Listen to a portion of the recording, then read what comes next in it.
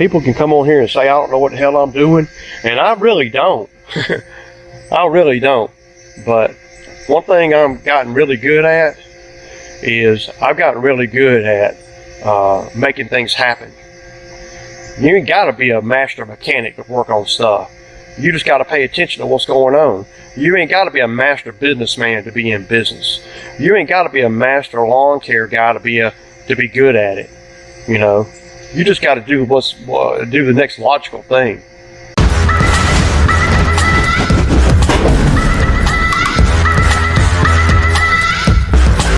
All right, y'all. So y'all see it?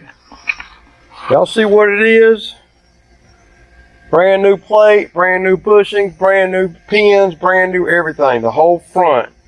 So yeah, I went on and greased the whole machine and everything. So, you know,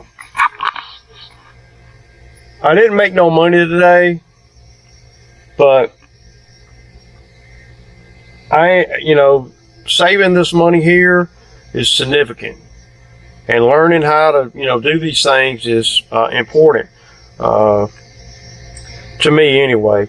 It keeps the overhead down, and it keeps everything in perspective, So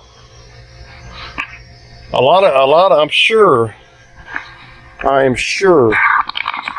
that a lot of guys in my spot, I'm sure that they can do the same thing, right? I mean, they got to be able to. I don't see how you could even be in business and not be able to do a lot of the stuff that I do. For guys that don't, well, they got to work a lot harder out in the field, if they can't fix stuff like this. Man, this is something outside of my comfort zone, and I don't know. I love taking on things. Well, I don't love it, but I like taking on things that are they're going to save me money on a rainy day. Where else was I going to make basically? Because by me not having to spend, $1,200 to $1,700, because my mechanic down here, he was 2.5 weeks out, and he said that he would do it for $1,200. That ain't including the plate. Bobcat dealer was going to do it for $1,700, and that did not include the plate or the pin kit. Well, I'm just talking about the labor. I'm talking about the money that I saved. Okay, the plate's going to cost what the plate's going to cost. It's going to be anywhere between $1,000 to $1,200 for a plate like this, for this machine that's not the automatic hydraulic tack thing with the arms that you pull down. So the manual one, like this one,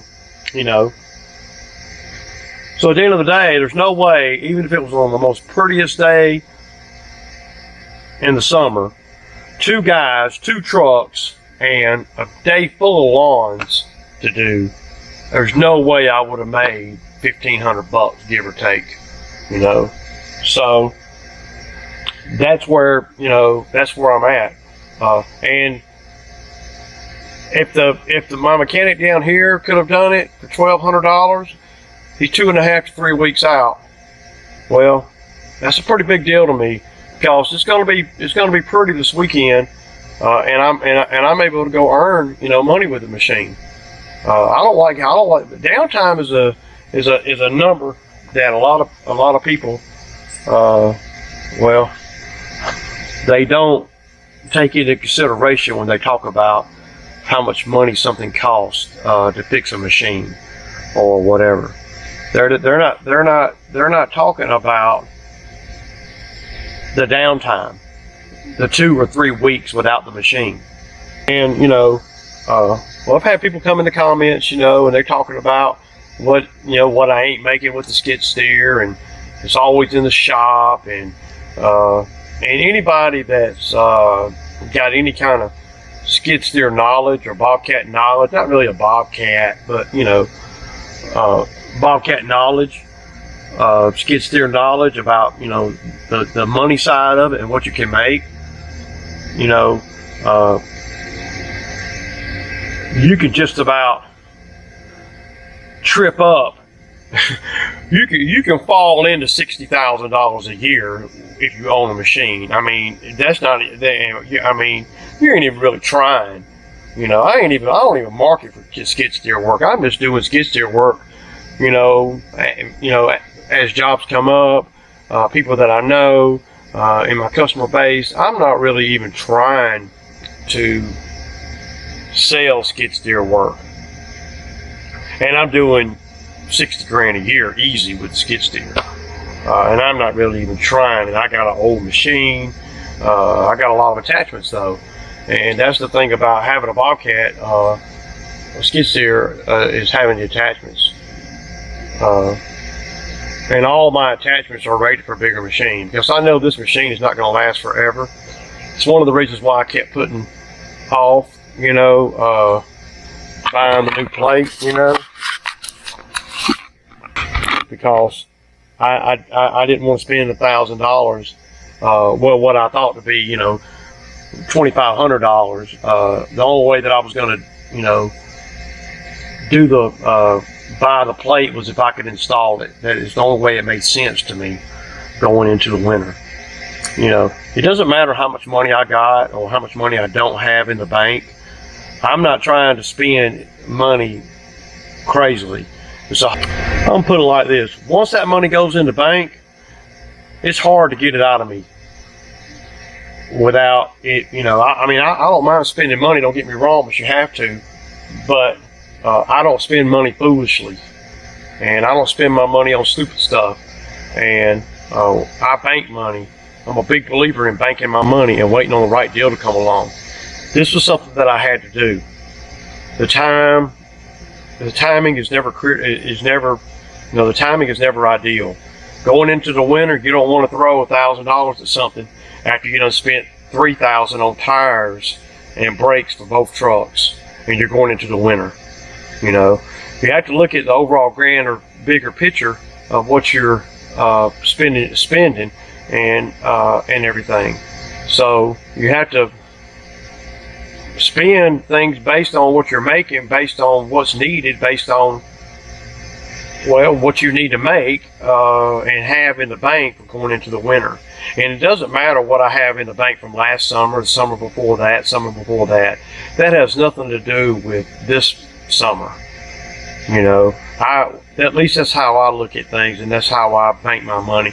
Whatever I had banked in the summer going into the winter last year, that's a totally different animal than what I have this year. And one has nothing to do with the other. Now, in the grand scheme of life, it does, you know, but in my business, it doesn't. This summer has to pay for this winter.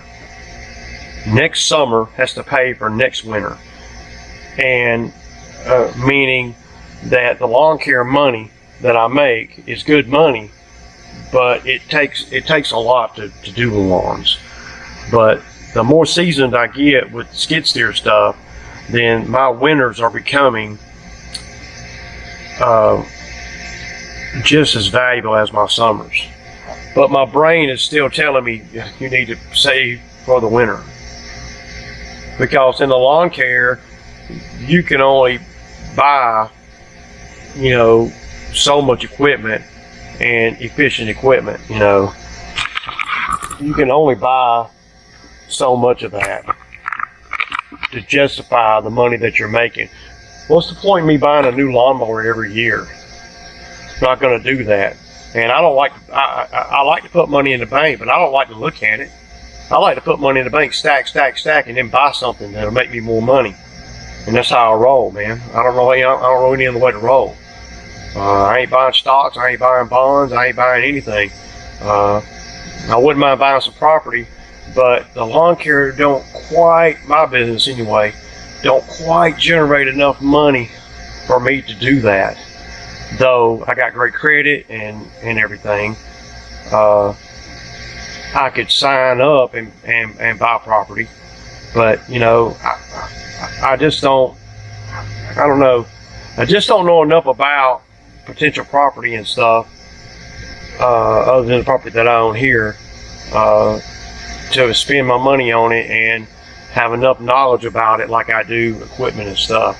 Now I got friends of mine that are in the real estate game, in the development game, and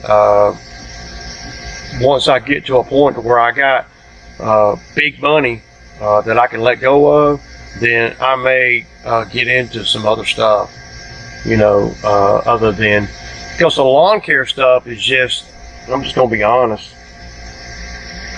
This year, the lawn care game showed me, it showed its ugly head, you know, and it's still showing me, you know. I could not imagine somebody coming into the lawn care game and dealing with the things that I've had to deal with just this season, if they're new at it. I'm dealing with this stuff, you know, the labor, especially the labor. I'm dealing with all this, and I'm 15 years in the game, and I'm dealing with this stuff, and it's bogging me down. And of course, I'm gonna make good money, but it's a grind, and the grind is harder than it has to be, if you know what I'm saying. The grind does not have to be this hard. The lawn care game could be an easy thing for me and for anybody that's working for me. You know, based on my customers, based on my density, based on, I mean, it's a sweet thing, but the labor has been, you know, atrocious this year. You know, atrocious, you know. So it makes me, you know, since I bought the Bobcat, I see that I can make money, big money, quicker somewhere else, doing something else, and not have near the headache. Of course, you know, you got things like this that I had to do today, but you can, you know, I'd rather do this than be out here on these lawns dealing with all that stupid crap. You know, as long as I know I don't have to do this every day, and as long as I know that I'm making fire top dollar doing this, because I made top dollar today. And people can say, well, you ain't really made no money doing that. Well, yeah, I did, but that had to be done, and I was going to have to pay for it or do it myself. So, you know, you have to, I mean, so that's money. I mean, that's actual cash money out of my pocket that I was going to have to spend to do this, plus all the logistics of getting it to wherever I was going to take it to, and going and picking it up, and then having to come out of my pocket a bunch of money. And then that would have been really silly. Okay, play this out. So I get the plate in, I take it down to my mechanic guy, right? Drop the machine off with a new plate, the new pins, the new bushes and everything. Drop it off in there and let him fix it for $1,200. Okay? And then so I drop it off, and then I come back here and I sit in the house watching TV all day because it's pouring down raining. Well, what kind of sense does that make? That don't make no damn sense to me. It don't. I'm gonna give it a whirl. Now, if I was just slap covered up with work, then, you know, I might have to look at that. But see, when I was slap covered up with lawns, I kept, y'all saw, I kept jimmy rigging it, tacking the other plate, just tack welding it, and just getting through, thinking to myself the whole time, I might not have said it, but thinking to myself the whole time, let me just get through the summer, and then I will deal with the Bobcat. Let me just try to make it where I get a couple more checks. I didn't want to deal with putting it in the shop, because I want to be able to sit down and think about, okay, do I want to put it in the shop and spend, you know, all this money on all the things that's going on with it, or do I want to, you know, just tack weld it, keep rolling, make another $2,500, make another $3,000, make another $5,000, and just keep rolling with it as long as it's not dangerous and I'm not, you know, tearing the machine up any further. The only thing I kept tearing up was the freaking front plate, and I just kept tack welding it, Y'all saw it. So as I'm doing that, I'm thinking the whole time that, you know, that I'm going to attempt. I'm going to see how much everything costs, because I didn't know. I like to be able to sit down and look at what things are going to cost, and then I can make an educated decision instead of just taking the machine up to the freaking Bobcat deal and dropping it off saying fix it. Well, hell to the no, man. I ain't gonna never do that. Not on these machines like this, because you'll find yourself spending $4, $5, $6, $8, $10,000 to fix a machine that's only worth 20. That's true. So, you know, I'm grateful that I had the wherewithal to you know, do what I did today. Y'all saw that you know, that I'm able to do it. Thankful that the good Lord has given me the go get 'em that I got. You know, I'm just grateful that I was able to fix this machine and get the front plate fixed. Now we still got the small hydraulic leak that I'm going to have to deal with, and I will deal with that. I'll take that to the shop, but that's manageable right now. So that's something that I know I'm not going to do. So, you know, anytime you can make money in the rain or not have to spend no money in the rain and get your equipment back up and running to go make more money when the weather does get good, it doesn't get no better than that, y'all. I'm just saying, man, it don't. And that's all I do. I don't have any degree in none of this. And I've learned how to do all this stuff on my own. Self-taught. And replacing the tack plate on there is another thing that's self-taught. So add that to my resume. So I'm not going to be getting out of the skid steer game anytime soon. You know, I'm not. So that's good. That's going to do nothing but bode well for me in the future.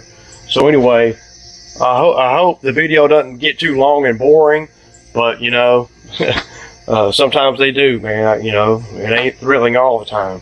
Anyway, I'll kick back with you guys. See you tomorrow. Peace out.